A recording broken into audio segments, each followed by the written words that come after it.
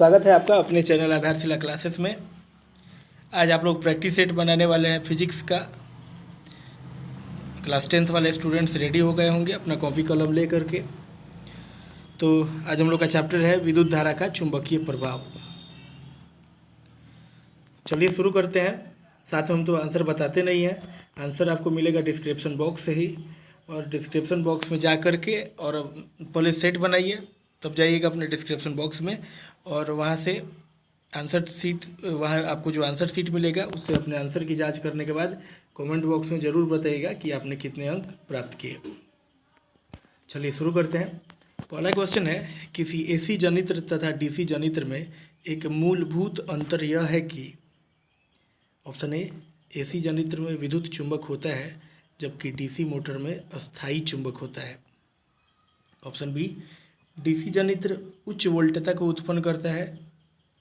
Option C, AC जनित्र भी उच्च वोल्टता को प्रदर्शित करता है। और ऑप्शन डी, एसी जनित्र में सर्पी वलय होते हैं जबकि डीसी जनित्र में दिक् परिवर्तक होते हैं। क्वेश्चन नंबर 2 देखिए, हमारे घड़ों में, यहाँ घड़ों हो गया है, यहाँ घरों होगा। हमारे घरों में जो विद्युत सप्लाई होती है वह ऑप्शन ए है 220 वोल्ट पर दिष्ट धारा होती है। ऑप्शन बी है 12 वोल्ट पर दिष्ट धारा होती है। ऑप्शन सी है 220 वोल्ट पर प्रत्यावर्ती धारा होती है। और ऑप्शन डी है 12 वोल्ट पर प्रत्यावर्ती धारा होती है। आप देख रहे हैं कि यह क्वेश्चन 2015 के एग्ज़ाम में पूछा भी गया है, इम्पोर्टेंट है, इसको ज़रूर याद रखिएगा। बनाने के बाद तो आपको पता चल ही जाएगा कि ये आपका बनाया हुआ सही है कि गलत है। क्वेश्चन नंबर 3 देखिए, 1 kHW होता है 3600 जूल। ऑप्शन बी है 3.6 × 10⁶ जूल। ऑप्शन सी है 36 × 10⁶ जूल। और ऑप्शन डी है 36 जूल। क्वेश्चन नंबर 4 पे चलते हैं। यदि नरम लोहे को धारावाहिक कुंडली के गर्भ में रख दिया जाए तो क्या बनता है? यदि नरम लोहे को धारावाहिक कुंडली के गर्भ में रख दिया जाए तो क्या बनता है? ऑप्शन ए है सामान्य चुंबक। ऑप्शन बी है विद्युत चुंबक। ऑप्शन सी है कोई चुंबक नहीं। और ऑप्शन डी है इनमें से कोई नहीं। चलिए चलते हैं क्वेश्चन नंबर 5 पे। विद्युत फ्यूज काम करता है ऑप्शन ए धारा के ऊष्मीय प्रभाव पर। ऑप्शन बी धारा के चुंबकीय प्रभाव पर। ऑप्शन सी धारा के रासायनिक प्रभाव पर। और ऑप्शन डी किसी पर भी नहीं। क्वेश्चन नंबर 6 देखिए। 6 तो कई बार पूछा गया, देख रहे हैं ना, 2012 के ए, 2013 ए, 2014 ए। विद्युत धारा उत्पन्न करने की युक्ति को कहते हैं, विद्युत धारा उत्पन्न करने की युक्ति को कहते हैं ऑप्शन ए जनित्र। Option B galvanometer. Option C ammeter. और option D motor. Question number 7 देखते हैं। बैटरी से किस प्रकार की धारा प्राप्त होती है? बैटरी से किस प्रकार की धारा प्राप्त होती है? ऑप्शन ए है दिष्ट। ऑप्शन बी प्रत्यावर्ती। ऑप्शन सी ए और बी दोनों। और ऑप्शन डी इनमें से कोई नहीं। चलिए क्वेश्चन नंबर 8 पे। विद्युत फ्यूज विद्युत धारा के किस प्रभाव पर कार्य करता है? विद्युत फ्यूज विद्युत धारा के किस प्रभाव पर कार्य करता है? ऑप्शन ए है ऊष्मीय। ऑप्शन बी है चुंबकीय। ऑप्शन सी है रासायनिक। और ऑप्शन डी है इनमें से कोई नहीं। क्वेश्चन नंबर 9 देखिए। विद्युत फ्यूज बचाता है ऑप्शन ए अतिभारण में बहने वाली उच्च धारा के खतरे से। ऑप्शन बी लघु पथन में बहने वाली उच्च धारा के खतरे से। ऑप्शन सी ए और बी दोनों में। और ऑप्शन डी इनमें से कोई नहीं। चलिए क्वेश्चन नंबर 10 की तरफ। 10 नंबर क्वेश्चन है, घरों में विद्युत से दुर्घटना किस कारण से होती है? घरों में विद्युत से दुर्घटना किस कारण से होती है? ऑप्शन ए फ्यूज तार से। ऑप्शन बी है शॉर्ट सर्किट से। ऑप्शन सी उच्च धारा प्रवाह से। और ऑप्शन डी इनमें से कोई नहीं। क्वेश्चन नंबर 11 देखिए। फ्लेमिंग के वामहस्त नियम में अंगूठा किसकी दिशा को संकेत करता है? फ्लेमिंग के वामहस्त नियम में अंगूठा किसकी दिशा को संकेत करता है? ऑप्शन ए है धारा का। ऑप्शन बी चुंबकीय क्षेत्र का। ऑप्शन सी बल का। और ऑप्शन डी इनमें से कोई नहीं। क्वेश्चन नंबर 12 देखिए। 12 नंबर क्वेश्चन है, विद्युत मोटर परिवर्तित करता है। ऑप्शन ए यांत्रिक ऊर्जा को विद्युत ऊर्जा में, ऑप्शन बी विद्युत ऊर्जा को यांत्रिक ऊर्जा में, ऑप्शन सी रासायनिक ऊर्जा को विद्युत ऊर्जा में, और ऑप्शन डी विद्युत ऊर्जा को रासायनिक ऊर्जा में। चलिए क्वेश्चन नंबर 13 पे चलते हैं। 13 नंबर क्वेश्चन है, एक क्षण चुंबक को 2 बराबर भागों में बांटने पर चुंबकीय ध्रुव पर क्या प्रभाव पड़ता है। एक क्षण चुंबक को 2 बराबर भागों में बांटने पर चुंबकीय ध्रुव पर क्या प्रभाव पड़ता है। ऑप्शन ए चुंबकीय ध्रुव अलग हो जाते हैं, ऑप्शन बी चुंबकीय ध्रुव अलग नहीं होते हैं, ऑप्शन सी चुंबकीय क्षेत्र शून्य हो जाता है, और ऑप्शन डी इनमें से कोई नहीं। क्वेश्चन नंबर 14 देखिए, चुंबकीय क्षेत्र का मान ध्रुवों पर ऑप्शन ए महत्तम, ऑप्शन बी निम्नतम, ऑप्शन सी सामान्य, और ऑप्शन डी इनमें से कोई नहीं। क्वेश्चन नंबर 15 पे चलिए। 15 नंबर क्वेश्चन है, किसी चालक तार से विद्युत तार प्रवाहित करने पर तार के ऊपर तथा नीचे चुंबकीय क्षेत्र पैदा होता है। ऑप्शन ए है समान प्रकार के, ऑप्शन बी विपरीत प्रकार के, ऑप्शन सी किसी भी प्रकार के नहीं, और ऑप्शन डी इनमें से कोई नहीं। क्वेश्चन नंबर 16 देखिए, फ्लेमिंग के दाएं हस्त नियम में अंगूठा किस दिशा की ओर संकेत करता है। फ्लेमिंग के दाएं हस्त नियम में अंगूठा किस दिशा की ओर संकेत करता है। ऑप्शन ए चालक की गति की दिशा, ऑप्शन बी धारा की दिशा, ऑप्शन सी चुंबकीय क्षेत्र की दिशा, और ऑप्शन डी इनमें से कोई नहीं। क्वेश्चन नंबर 17 देखिए, चालक तार के नीचे चुंबकीय सुई स्थित हो और विद्युत धारा उत्तर से दक्षिण की ओर प्रवाहित होती है तो चुंबकीय सुई का उत्तरी ध्रुव किधर विक्षेपित होगा। क्वेश्चन इसको रिपीट कर दे रहे हैं, चालक तार के नीचे चुंबकीय सुई स्थित हो और विद्युत धारा उत्तर से दक्षिण की ओर प्रवाहित होती है तो चुंबकीय सुई का उत्तरी ध्रुव किधर विक्षेपित होगा। ऑप्शन ए है पश्चिम की ओर, ऑप्शन बी है पूरब की ओर, ऑप्शन सी है दक्षिण की ओर, और ऑप्शन डी है इनमें से कोई नहीं। क्वेश्चन नंबर 18 देखिए, और स्टेट के प्रयोग में चालक तार के नीचे चुंबकीय सुई रख दिया जाए और तार में विद्युत धारा दक्षिण से उत्तर की ओर प्रवाहित हो तो सुई का उत्तरी ध्रुव किधर विक्षेपित होगा। ऑप्शन ए दक्षिण की ओर, ऑप्शन बी पूरब की ओर, ऑप्शन सी पश्चिम की ओर, और ऑप्शन डी इनमें से कोई नहीं। क्वेश्चन नंबर 19 देखिए, अगर धारावाही सीधे तार से विद्युत धारा उत्तर से दक्षिण की ओर प्रवाहित हो और सुई चुंबक तार के ऊपर रखी हो तो चुंबकीय सुई का उत्तर ध्रुव किधर विक्षेपित होगा। ऑप्शन ए पश्चिम की ओर, ऑप्शन बी पूरब की ओर, ऑप्शन सी दक्षिण की ओर, और ऑप्शन डी इनमें से कोई नहीं। क्वेश्चन नंबर 20 देखिए, अगर सुई चुंबक धारावाही तार के ऊपर हो और विद्युत धारा दक्षिण से उत्तर की ओर प्रवाहित हो तो सुई चुंबक का उत्तरी ध्रुव किधर विक्षेपित होगा। अगर सुई चुंबक धारावाही तार के ऊपर हो और विद्युत धारा दक्षिण से उत्तर की ओर प्रवाहित हो तो सुई चुंबक का उत्तरी ध्रुव किधर विक्षेपित होगा। ऑप्शन ए है दक्षिण की ओर, ऑप्शन बी है पूरब की ओर, ऑप्शन सी है पश्चिम की ओर, और ऑप्शन डी है इनमें से कोई नहीं। क्वेश्चन नंबर 21, फ्लेमिंग के दक्षिण हस्त नियम, फ्लेमिंग के दक्षिण हस्त अंगूठा नियम से अंगूठा किस दिशा को इंगित करता है। ऑप्शन ए धारा की दिशा को, ऑप्शन बी चुंबकीय क्षेत्र की दिशा को, ऑप्शन सी ए और बी दोनों, और ऑप्शन डी इनमें से कोई नहीं। क्वेश्चन नंबर 22 देखिए, एक सरल विद्युत परिपथ में एक लंबे तांबे के तार को दिक्सूचक के ऊपर या उसके सुई के समानांतर रखा गया है। जब तार में विद्युत धारा की दिशा उत्क्रमित होती है तो दिक्सूचक के सुई में विशेष होगा।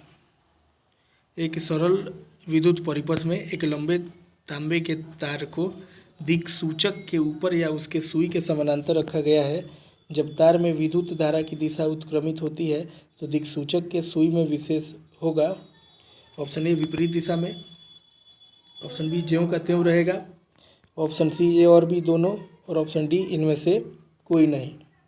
क्वेश्चन नंबर 23 देखिए, किसी धारावाही तार में विद्युत धारा के परिमाण में वृद्धि कर दिया जाए। किसी धारावाही तार में विद्युत धारा के परिमाण में वृद्धि कर दिया जाए तो किसी दिए गए बिंदु पर चुंबकीय क्षेत्र के परिमाण में क्या होगा। ऑप्शन ए वृद्धि होगी, ऑप्शन बी यथावत रहेगा, ऑप्शन सी घटेगी, और ऑप्शन डी इनमें से कोई नहीं।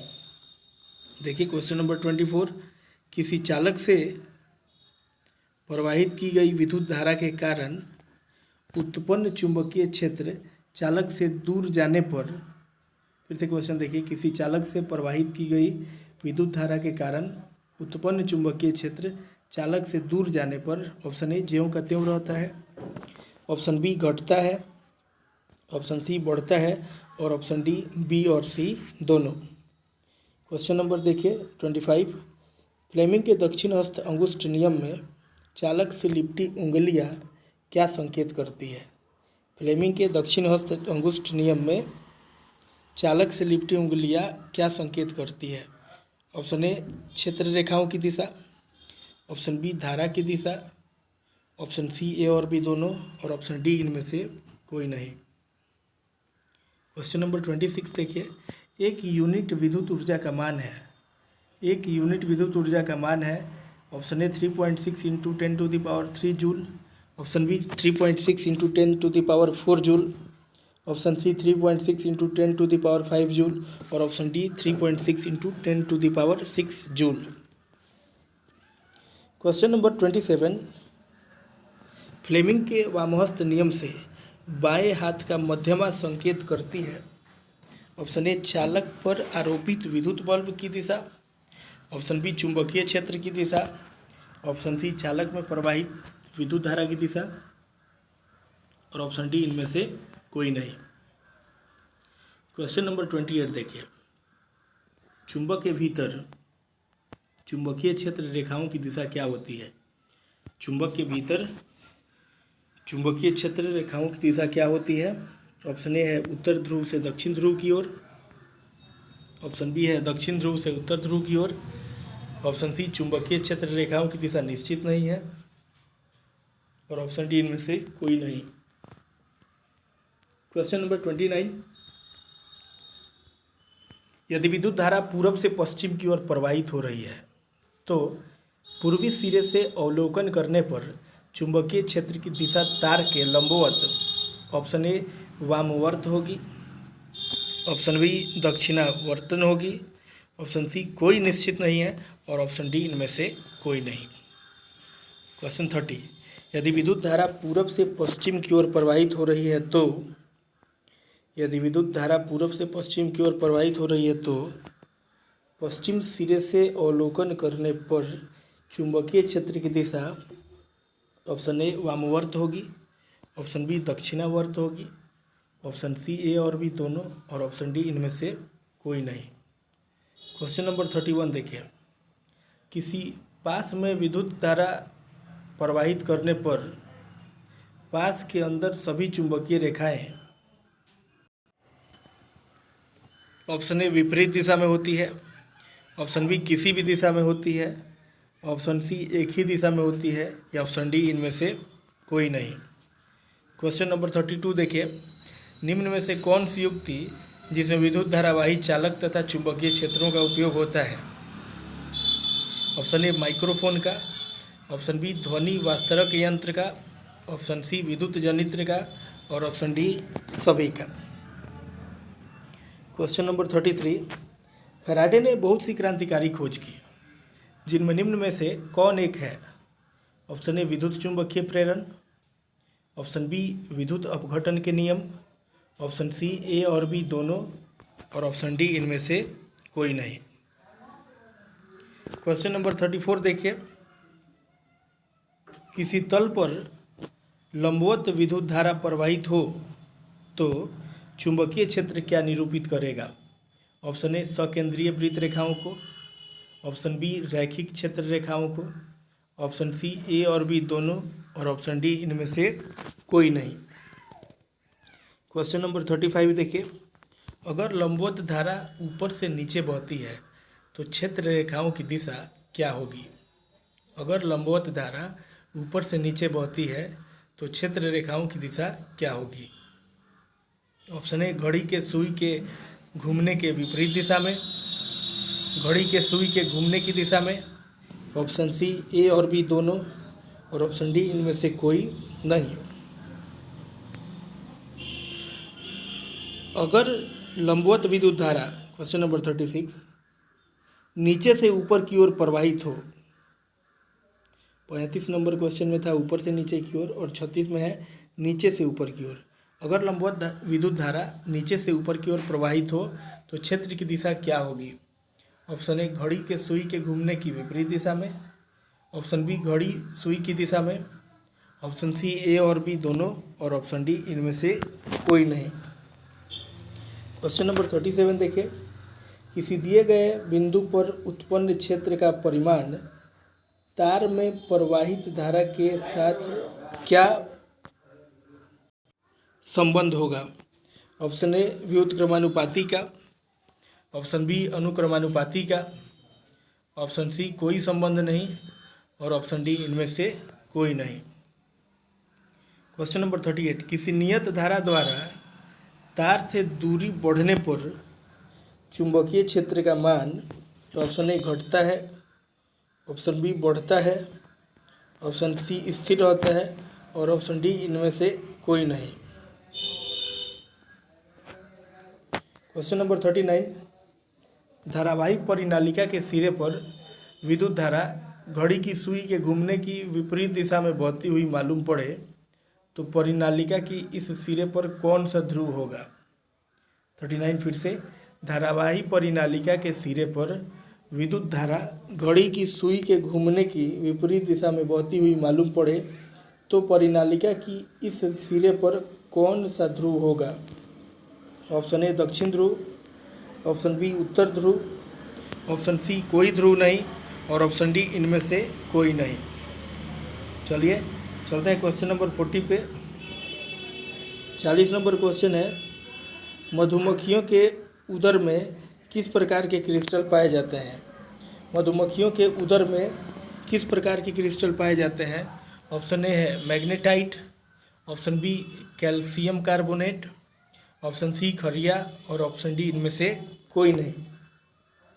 क्वेश्चन नंबर 41 देखिए, सीधे चालक तार पर चुंबकीय क्षेत्र से लगने वाले बल की दिशा जानने के लिए उपयोग किया जा सकता है। सीधे चालक तार पर चुंबकीय क्षेत्र से लगने वाले बल की दिशा जानने के लिए उपयोग किया जा सकता है। ऑप्शन ए है फ्लेमिंग के बाएं हाथ के नियम, ऑप्शन बी फ्लेमिंग के दाएं हाथ के नियम, ऑप्शन सी दक्षिण हस्त नियम, और ऑप्शन डी मैक्सवेल स्क्रू का। क्वेश्चन नंबर 42 है, चुंबकीय क्षेत्र में एक धारावाहक छड़ पर लगने वाला बल किसके लंबवत होता है? चुंबकीय क्षेत्र में एक धारावाहक छड़ पर लगने वाला बल किसके लंबवत होता है?